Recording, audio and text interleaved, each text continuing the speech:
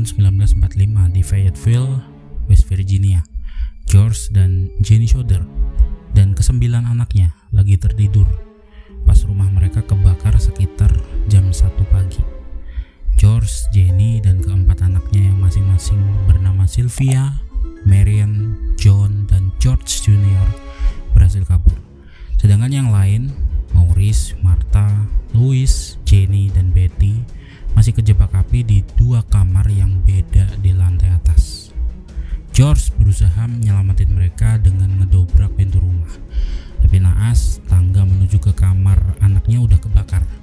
Pas mau ngambil tangga, ternyata tangganya nggak ada di tempat biasa George naruh gitu. Harapan lalu muncul pada truk berisi muatan batu bara yang niatnya mau dipakai manjat ke lantai 2. Tapi sialnya kedua truk itu juga nggak bisa dihidupin cuy. Marion, salah satu anak George yang berhasil kabur, sempat minta tolong ke tetangga buat telepon polisi, tapi nggak ada operator yang jawab.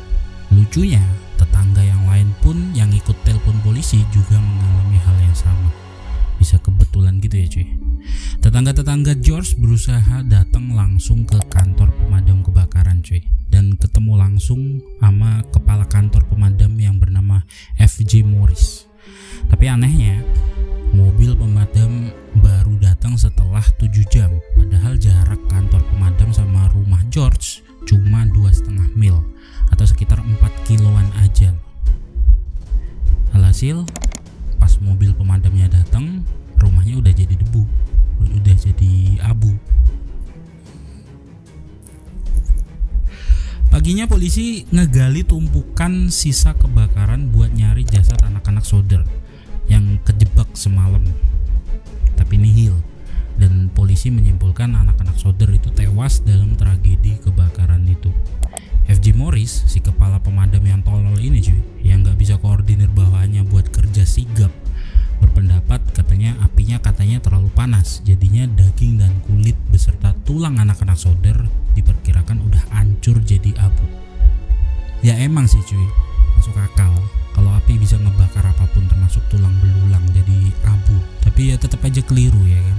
Dimanapun peristiwa kebakaran yang menimbulkan korban jiwa, biasanya daging dan kulit aja yang hancur, sampai nggak bisa dikenali lagi jasadnya mungkin ya kan. Tulang mah mostly jarang yang sampai jadi debu atau abu.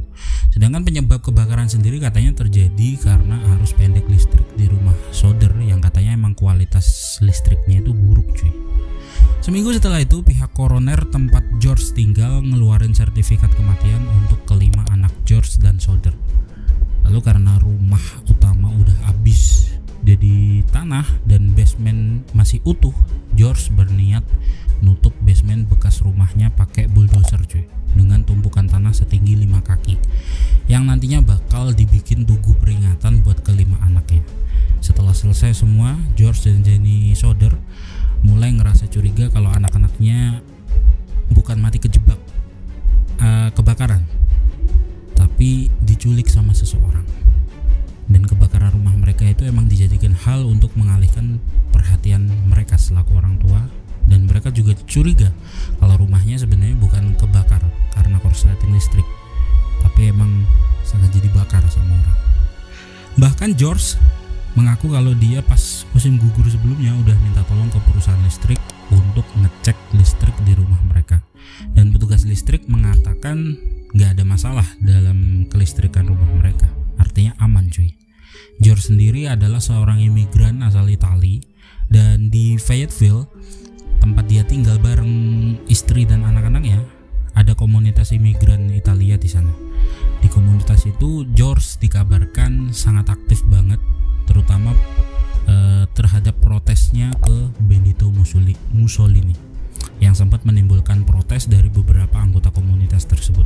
George juga nggak pernah terbuka dengan alasan dia ninggalin Italia cuy dari awal. Beberapa pihak bahkan berspekulasi bahwa George sebenarnya terlibat dengan beberapa bisnis ilegal di Italia yang memungkinkan itu jadi penyebab anak-anaknya diculik. Di musim gugur sebelum peristiwa kebakaran terjadi, seorang sales asuransi pernah datang ke rumahnya keluarga Soder, ke rumahnya George. Kemungkinan George menolak si sales ini dengan kasar cuy.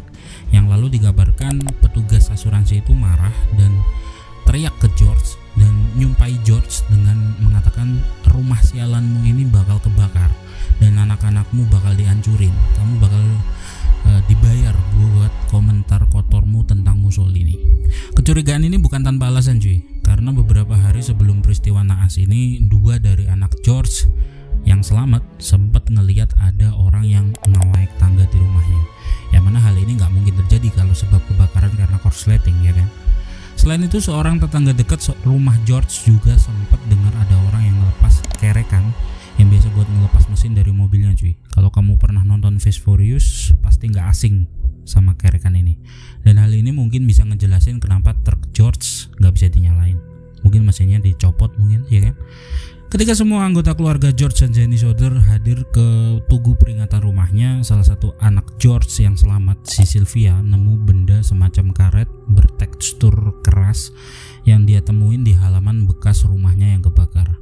Jenny yakin banget tuh adalah benda yang dia dengar menghantam keras di atap rumahnya sebelum kebakaran dan menggelinding jatuh sejam sebelum kebakaran. Sedangkan George yakin benda itu adalah napalm pineapple bomb yang sering dipakai di perang-perang. Dengan segala kecurigaan yang muncul di kepala Jenny, dia sampai ngelakuin berbagai eksperimen dengan ngebakar berbagai macam jenis tulang belulang binatang cuy. Dan hasilnya meski udah dibakar masih ada sisa dan gak bisa jadi abu.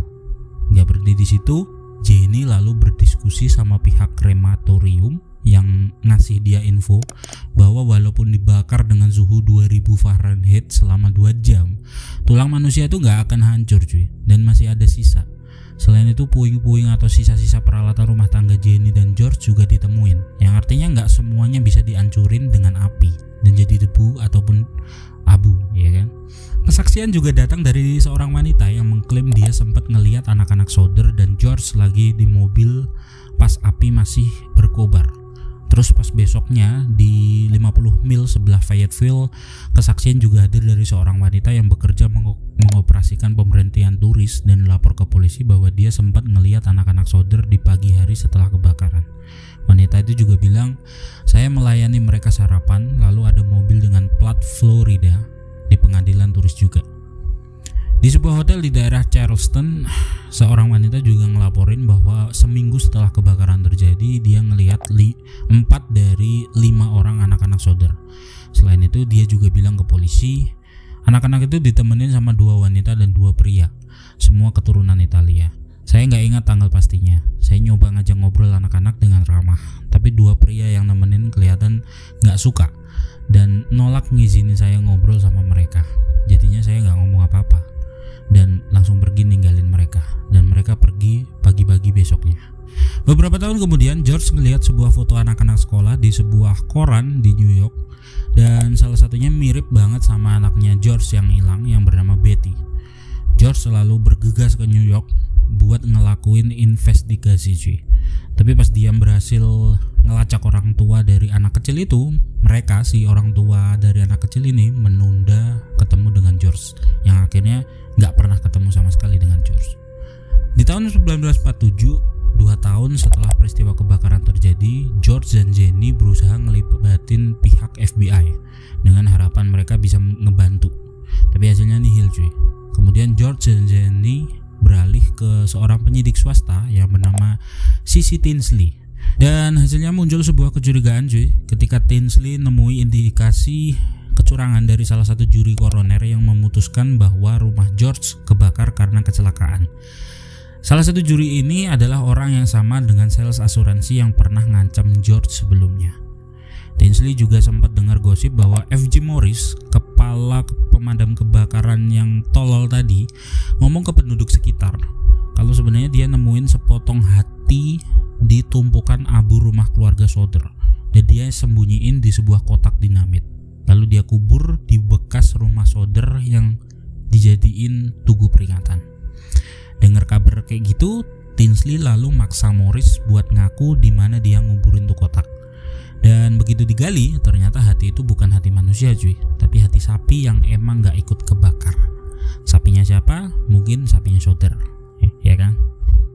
Di bulan Agustus 1949, George dan Jenny nyewa seorang patologis yang bernama Oscar B. Hunter. Dia ngegali tanah yang nutupin bagian basementnya bekas rumahnya dan nemuin 4 ruas tulang belakang manusia, cuy. Ruas-ruas tulang itu akhirnya diteliti di Smithsonian dan hasilnya tulang-tulang itu milik seorang manusia yang diperkirakan berumur 16 sampai 17 tahun. Tapi anak-anak saudara yang hilang dari yang tertua aja baru berumur 14 tahun yang namanya Maurice itu. Dan pihak patologis pun menyatakan bahwa tulang ini bukan milik Maurice. Dan lagian tulang-tulang itu juga bersih, gak ada bekas kena api atau kebakar. Jadinya patut diduga tulang-tulang itu didapat dari tanah yang dibuat nutup bagian basement. Setelah Smithsonian mengungkap penemuan mereka, Gubernur West Virginia yang bernama O.K. L. Peterson membuka sidang di State Capitol Building di Charleston, West Virginia, cuy. Dan dia menyatakan bahwa kasus Soder resmi ditutup dan mengatakan ke keluarga Soder bahwa pencarian mereka bakalan sia-sia. Gak berhenti cuma di situ, cuy. Usaha George dan Jenny buat nemuin anak-anak mereka. George dan Jenny lalu masang billboard di rute 16 dan mengiklankan tentang anak-anak mereka yang hilang. Isi billboardnya detail banget lagi, ya kan? Mereka tulis di situ bahwa anak-anak mereka tuh sebenarnya bukan mati kebakar, tapi diculik oleh seseorang dan ngebeberin fakta bahwa sebenarnya rumah mereka kebakar bukan karena korsleting listrik, cuy, melainkan usaha sabotase dari seseorang. Jadi bukan karena kecelakaan.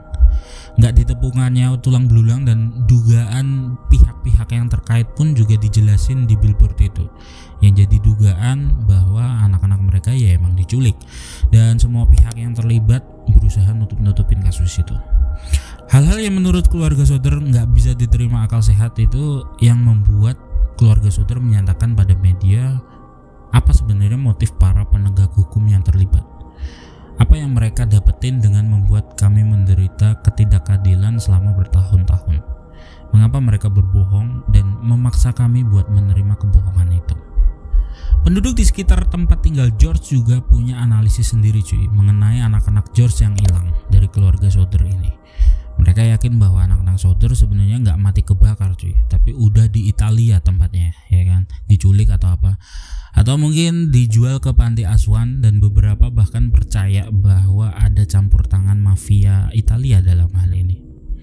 Keluarga Soder juga sempat menerima surat dari seorang wanita yang ngaku dari St. Louis yang isinya menyatakan bahwa salah satu dari anak-anak mereka yang hilang yang bernama Martha sedang berada di biara St. Louis, cuy.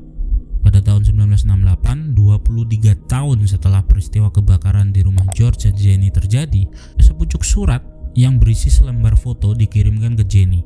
Alamat asal pengirim gak tercantum, tapi diketahui surat itu berasal dari Kentucky, daerah Kentucky di Amerika Serikat. Foto itu menunjukkan seorang laki-laki yang berumur 20 tahunan.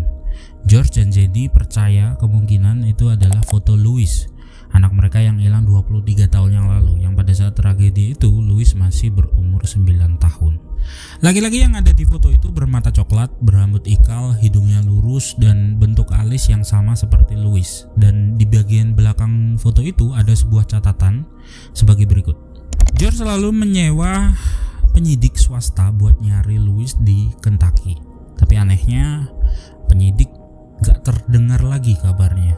Gak ada kabar, entah nemu atau enggak, atau bahkan ikut-ikutan hilang. Tapi beberapa orang di internet percaya kalau penyidik itu sengaja nggak balik dengan ngebawa upah sewa dari penyidik swasta itu. George Soder akhirnya meninggal tahun 1969 ketika dia berumur 74 tahun.